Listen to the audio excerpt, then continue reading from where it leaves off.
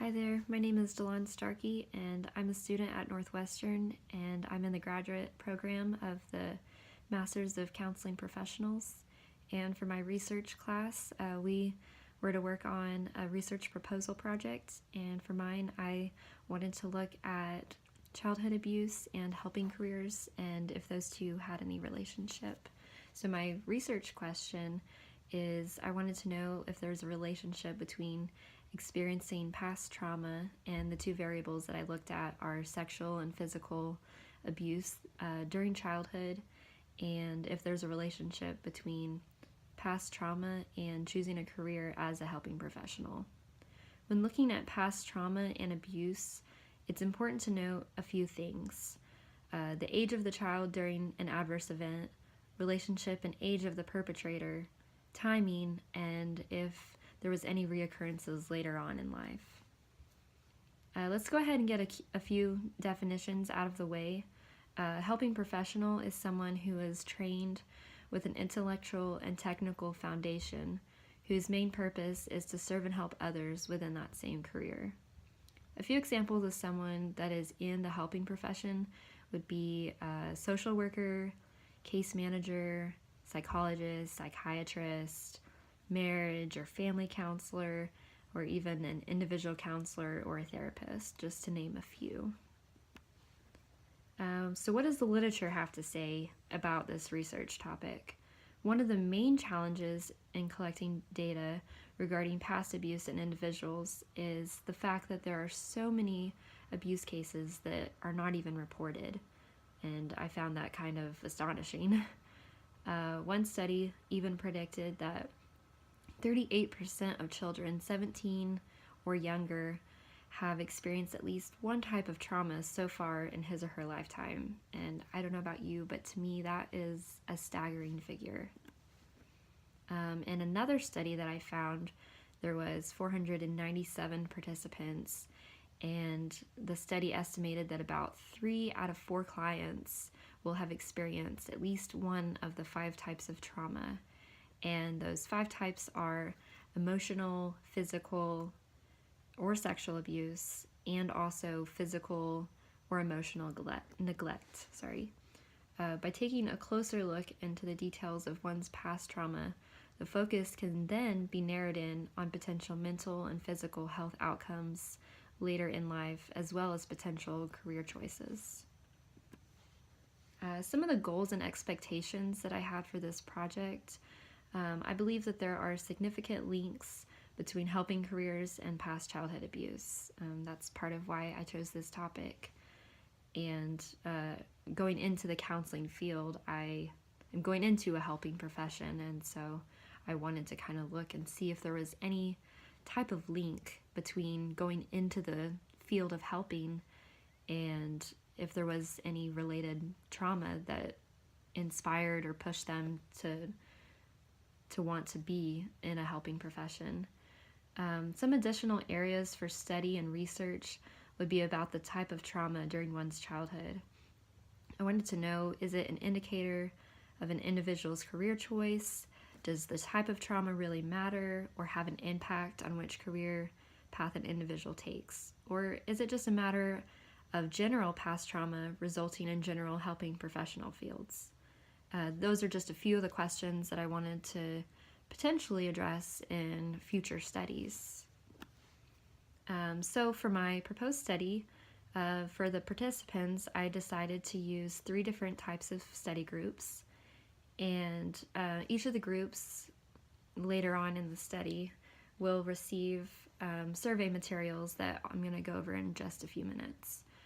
So my first study group, I was going to use crisis text line supervisors and coaches, and those are just part of the paid staff that they have on their team.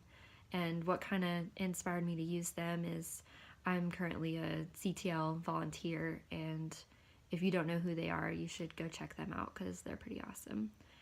For my second study group, I used graduate students that are pursuing a helping profession, and those could classify as an MCP like myself, or social work, counselors, psychiatrists, therapists. I mean, it's not limited to those, but those are the ones that I chose to use for my study.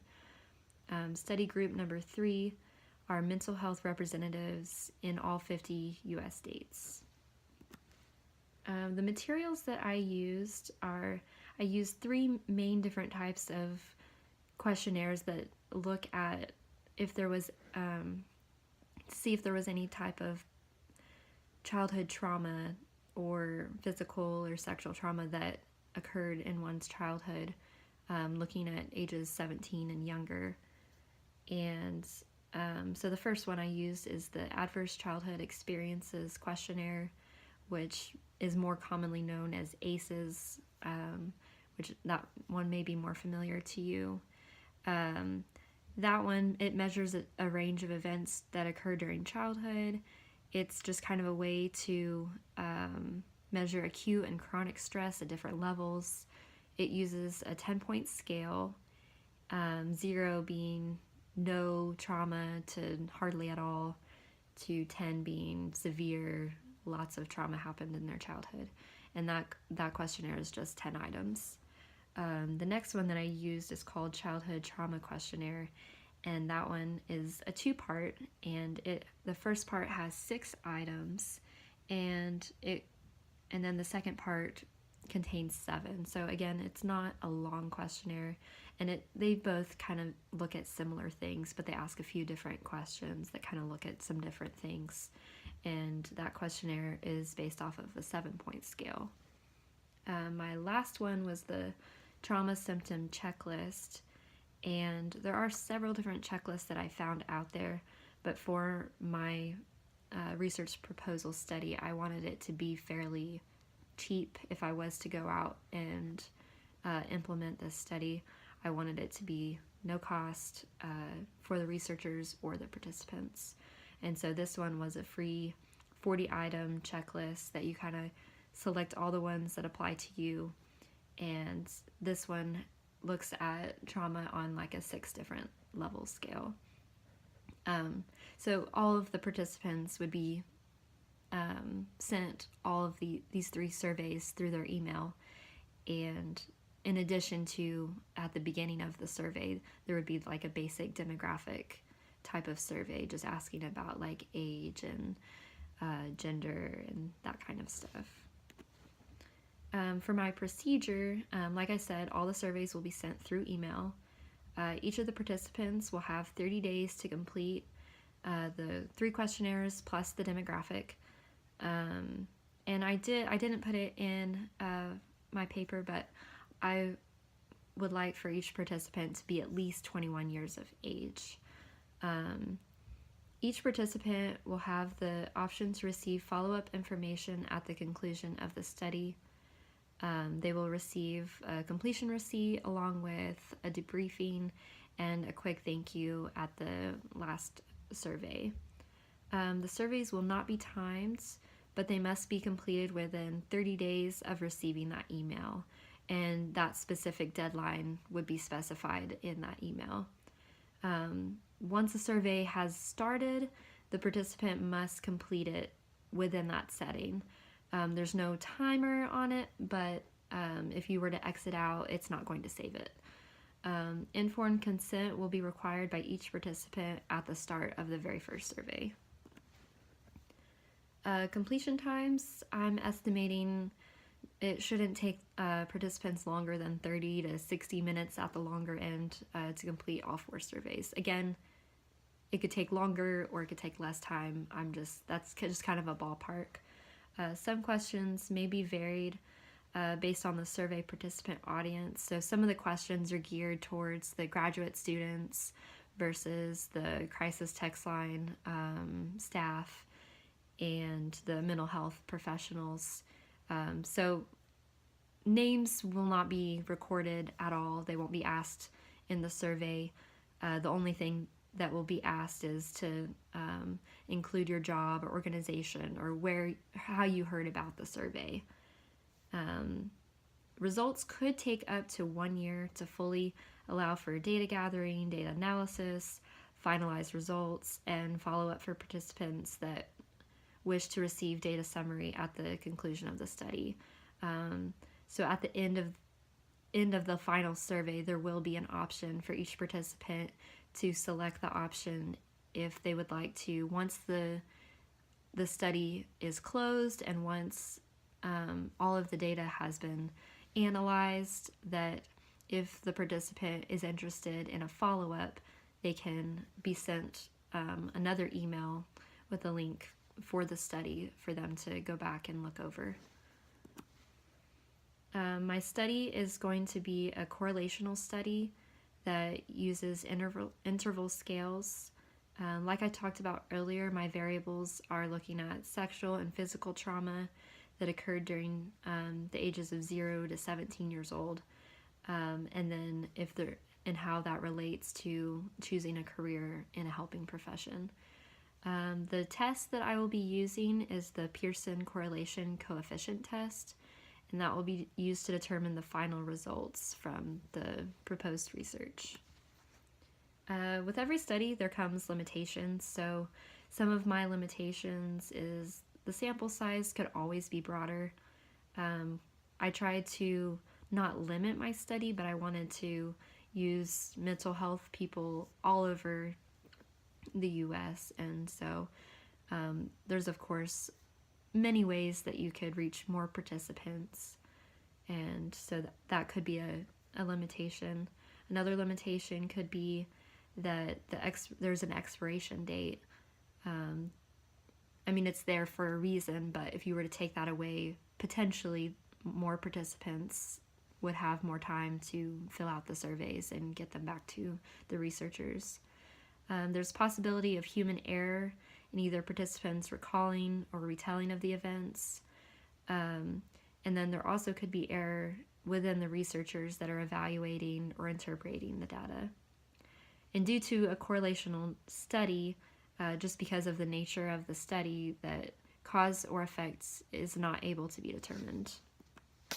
And probably the greatest limitation within this study is there just is little research about why someone chooses a career in social work or counseling, or really just anything in the mental health department. There's just not a lot of research to support it. Most of the research that I found was either outdated or at least 10 years or older. So there's definitely a need for current, updated research. So along with the limitations, I would like to list some of the positives, some of the strengths within my proposed study. There are many implications that I found in the literature that support my hypothesis that there is a positive relationship between past trauma and, for one, choosing a helping career. This is, to me, a very helpful tool and piece of information. Helpers have gone through similar adverse events in their own childhood, and they can relate better with other clients and also have a greater sense of empathy from personal experience. Helpers may also choose their career path to help fulfill a need or even a void that was broken throughout a traumatic event in their own childhood. One may also choose a helping career because of their strong desire to help and take care of others in need. And what I mean by this is that even though they have that strong desire to help others, that doesn't necessarily mean that they had to have any past trauma that impacted them to want to help others. Sometimes people just have that helping nature regardless of what they've gone through. Future research could be useful for many reasons. One of those reasons is to benefit nonprofit agencies and workers in the mental health department. Benefits could also be to provide a healthier work environment, more detailed training and understanding why we chose the careers that we chose, how to use our past to help our clients, but not to impose our past onto our clients, and how can understanding our past trauma help us to be better professional helpers. Researchers are working to continue to observe and study the relationship between trauma that occurred during one's childhood and the passion that comes from within to support others in crisis or adverse situations. So I wanted to say, in conclusion, thanks for listening, and until next time, remember to keep learning, care for others, and always research on. Thanks, guys.